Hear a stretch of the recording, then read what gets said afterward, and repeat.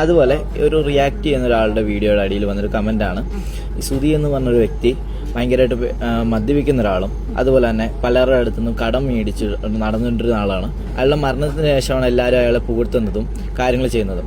അതിൽ എന്തെങ്കിലും യാഥാർത്ഥ്യമുണ്ടോ ചേച്ചി? കാരണം അത് സുചേട്ടനെ ഇഷ്ടപ്പെടുന്ന ഒരുപാട് ആൾക്കാരുണ്ട്, അവർക്കൊന്ന് ക്ലിയർ ആകാൻ വേണ്ടിയാണ്. 2026 2026, 2025, 2024,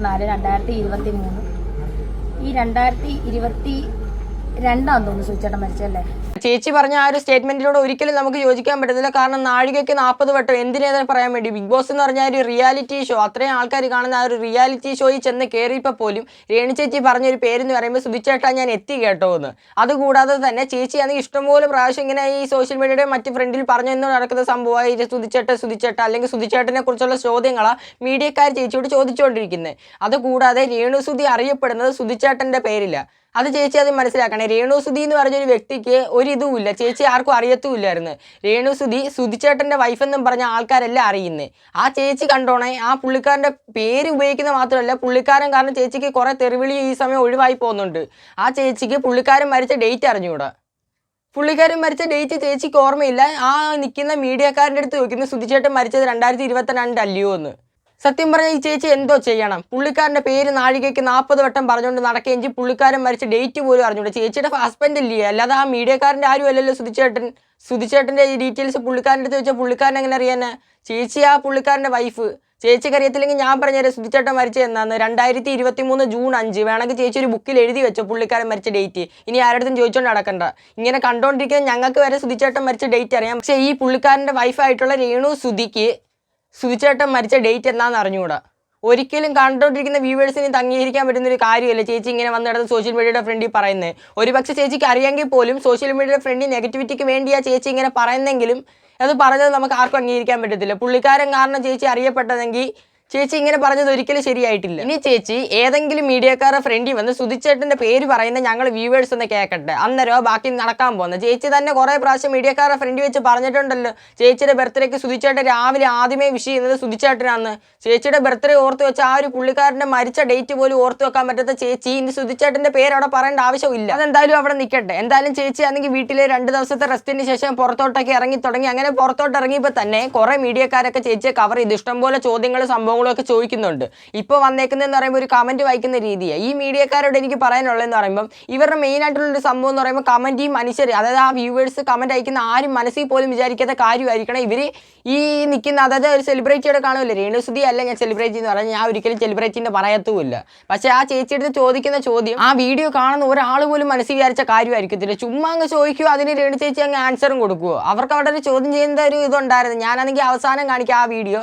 എന്തായാലും ഇപ്പം നിങ്ങൾ ഈ വീഡിയോ കണ്ടോ, ചേച്ചിയുടെ ബഹ്റിൻ യാത്രയെക്കുറിച്ചുള്ള ഒരു കമൻറ്റ് ചോദിക്കുന്നുണ്ട് മീഡിയക്കാരൻ, അതിന് ആൻസറും കൊടുക്കുന്നുണ്ട് രേണു സുധി. അതൊന്ന് കണ്ടു നോക്ക്. ദുബായിൽ ചെന്ന് ശരിക്കും രേണു സുധി അവിടെ എന്തിനാണ് പോയതെന്നും അതുപോലെ തന്നെ ഒരു ബാഡ് വേർഡ് അതിൻ്റെ യൂസ് ചെയ്തിട്ടുണ്ടായിരുന്നു.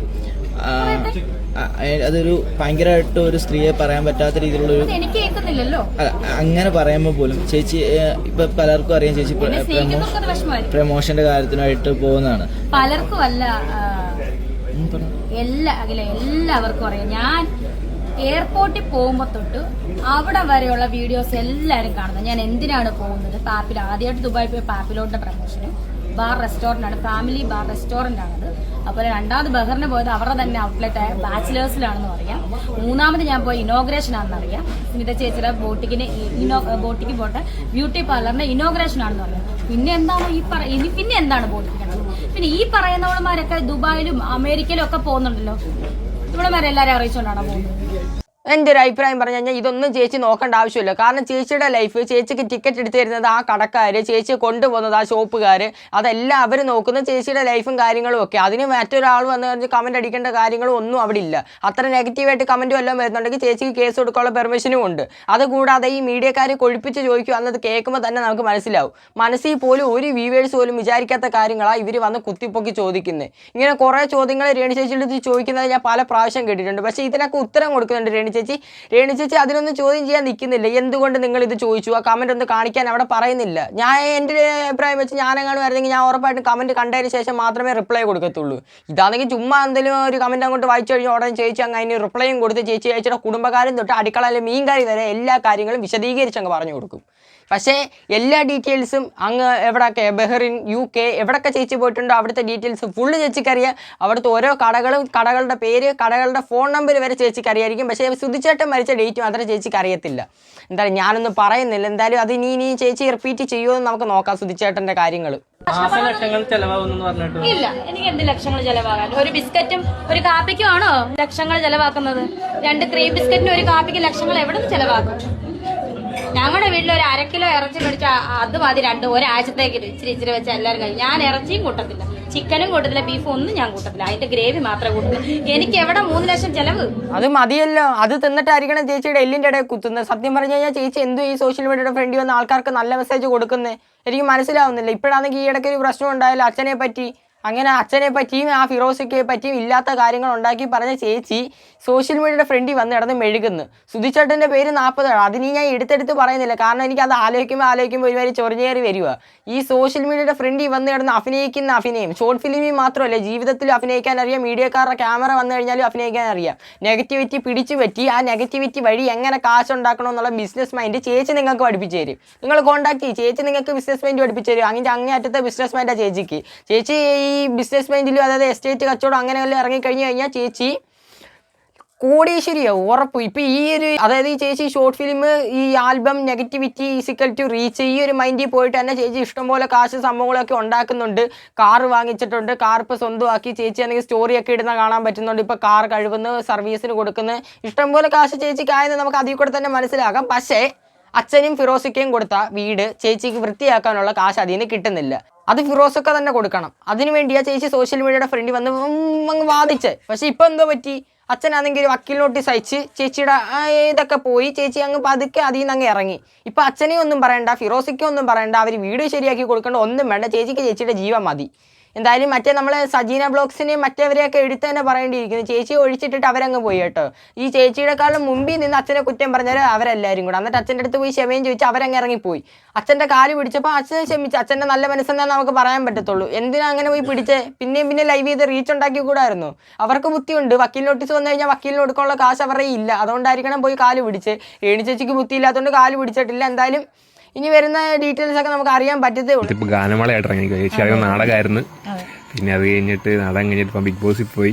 അത് കഴിഞ്ഞിട്ട് ഇപ്പം നമ്മൾ ഗാനമേള ചേച്ചി ഇനി സ്റ്റേജ് ഗാനമേളയായിട്ടാണോ ഇനിയിപ്പം? അതെ, ഇനിയിപ്പം അല്ല. നമ്മളിപ്പം വിളിച്ചത് ഇവിടെ നമ്മുടെ ശിവരാത്രിയോടനുബന്ധിച്ചുള്ള അമ്പലത്തിന്റെ പേര് ഞാൻ മറന്നുപോയി. ഇവിടെ വള്ളംകുളം ക്ഷേത്രമാണ്.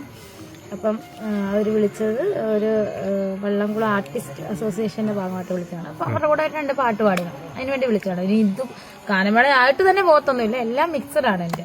ചേച്ചി തിരക്കേറിയ സമയത്ത് എന്ത് പറ്റി? ഇപ്പൊ ഒരു ഗാനമേളയായിട്ട് ഇറങ്ങാൻ ഇപ്പം എന്ത് പറ്റി? അതാ പറഞ്ഞ അവര് വിളിച്ചപ്പോ ഞാൻ സന്തോഷത്തോടു കൂടി ഏറ്റെടുത്തു. നമ്മൾ വലിയ ഗായികയൊന്നും അല്ലെങ്കിൽ പോലും അവരെന്നെ വിളിച്ചല്ലോ. ആ ഒരു സന്തോഷത്തിൽ ശിവരാത്രിയോടനുബന്ധിച്ച് അവരുടെ കൂടെ പാടാൻ വന്നതാണ് അമ്പലം. അതിന്റെ കാര്യം എന്തോന്ന് ഞാൻ പറയാം ചേച്ചി. കാരണം ചേച്ചി ഒരു നോക്ക് കാണാനും തെറി വിളിക്കാനും അവിടെ ആള് കൂടുന്ന അവർക്ക് അറിയായിരിക്കും. അതുകൊണ്ടായിരിക്കണം ചേച്ചിയെ വിളിച്ചേ. ചേച്ചി വലിയ പാട്ടുകാരിയും അല്ല, ചെറിയ പാട്ടുകാരിയും അല്ല. ഒരു വസീകര ബിഗ് ബോസ് പാടിയെന്നും പറഞ്ഞ ആ വസീകര എൻ്റെ 1000 ഇനാഗ്രേഷൻ ആ ചേച്ചി ഇപ്പോൾ ചെയ്തുകൊണ്ടിരിക്കുന്നത്. അത് കേട്ടിട്ട് ഞാനും അടുത്ത് ആ പാട്ട് പാടിയവർ എന്നെ അടുത്താണ് ചേച്ചിയുടെ ഈ പാട്ട് കേട്ടിട്ട്. ഇനിയെങ്കിലും ചേച്ചി ഈ പ്രഹസനമൊക്കെ നിർത്തും. കാരണം ഈ നെഗറ്റിവിറ്റി വിറ്റിട്ടുള്ള റീച്ച് എല്ലാ കാലത്തും നിലനിൽക്കത്തില്ല. എപ്പോഴെങ്കിലും ഒക്കെ ഇവർ കമന്റ് ഇങ്ങനെ നെഗറ്റീവ് കമന്റ്സ് അയച്ച് അവർ മടുക്കും. അങ്ങനെ അവസാനം അവർ ആ കമന്റ് വായിക്കാതിരിക്കും. ചേച്ചിയുടെ റീച്ചൊക്കെ തന്നെ കുത്തനെ താഴോട്ട് തന്നെ പോകും. അത് ചേച്ചി അതേ മനസ്സിലാക്കി. ഇനിയെങ്കിലും നല്ല കണ്ടന്റ്സ്, ഇനി ചേച്ചിക്ക് സമയമുണ്ട്. നല്ല കണ്ടന്റ്സ് ഇട്ട് കൊടുത്തു കഴിഞ്ഞാൽ സപ്പോർട്ട് ചെയ്യാൻ ഇഷ്ടംപോലെ ആൾക്കാരുണ്ട്. ഞാൻ കുറേ വീഡിയോ കൊണ്ട് ഇത് പറയുന്നുണ്ട്. പക്ഷേ ഇവർക്കൊരു മാറ്റവും ഇല്ല. തൊലിക്കട്ടിയെ കുറിച്ച് എടുത്തു പറയണം. കുറച്ച് ഉളുപ്പില്ലെന്നറിയാൻ ചോദിച്ചെന്നേ ഉള്ളൂ. എന്തെങ്കിലും പറഞ്ഞാലും കാണ്ടാമൃഗത്തിനെ വെല്ലുന്ന തൊലിക്കട്ടി ചേച്ചിക്ക്. അതുകൊണ്ട് തന്നെ ഇപ്പോഴും ഇങ്ങനെ തുടർന്നുകൊണ്ടിരിക്കുന്നത്. നെഗറ്റിവിറ്റി എന്ന് പറഞ്ഞു കഴിഞ്ഞാൽ കൂടെ പറപ്പ. ചേച്ചി നെഗറ്റിവിറ്റി ഒരുമിച്ചാണോ ഈ ജനിച്ച്? എനിക്ക് അറിഞ്ഞുകൂടാ. കാരണം അതേ കൂട്ടത്തിൽ നെഗറ്റിവിറ്റിയെ വാരി വിതറിക്കൊണ്ടിരിക്കുന്നത്. സോഷ്യൽ മീഡിയയുടെ ആൾക്കാരുടെ ഇടയിലോട്ട് ചേച്ചി നെഗറ്റിവിറ്റി വാരി വിതറുക. പിന്നെ അവർ കിടന്നങ്ങ് അടിച്ചോളില്ല. ചേച്ചി റീച്ച് വാങ്ങിച്ചോട്ടൊക്കെ കയറിപ്പോ. എനിക്ക് മനസ്സിലാവുന്നത്. എന്തായാലും ഇന്നത്തെ വീഡിയോ ഇത്രേ ഉള്ളൂ. കാരണം രേണുസുധിയുടെ ഈ നെഗറ്റിവിറ്റി എന്തായാലും വലിയൊരു വീഡിയോ ആയിട്ട് നാളെ എന്തായാലും ഞാൻ എക്സ്പോസ് ചെയ്യും. അതെല്ലാവരും കാണണം. എന്തായാലും ഇന്നത്തെ വീഡിയോ ഇത്രേ ഉള്ളൂ. അപ്പോൾ എല്ലാവരും ലൈക്ക് അടിച്ചേക്കാം. രേണുസുധിയെ പറ്റിയുള്ള എല്ലാ അഭിപ്രായങ്ങളും കമൻറ്റും ചെയ്തേക്കാം. അപ്പോൾ ഇന്നത്തെ വീഡിയോ ഇത്രേ ഉള്ളൂ. എല്ലാവരും സബ്സ്ക്രൈബ് ബട്ടണിൽ ഞെക്കിയേക്കാം. ബൈ.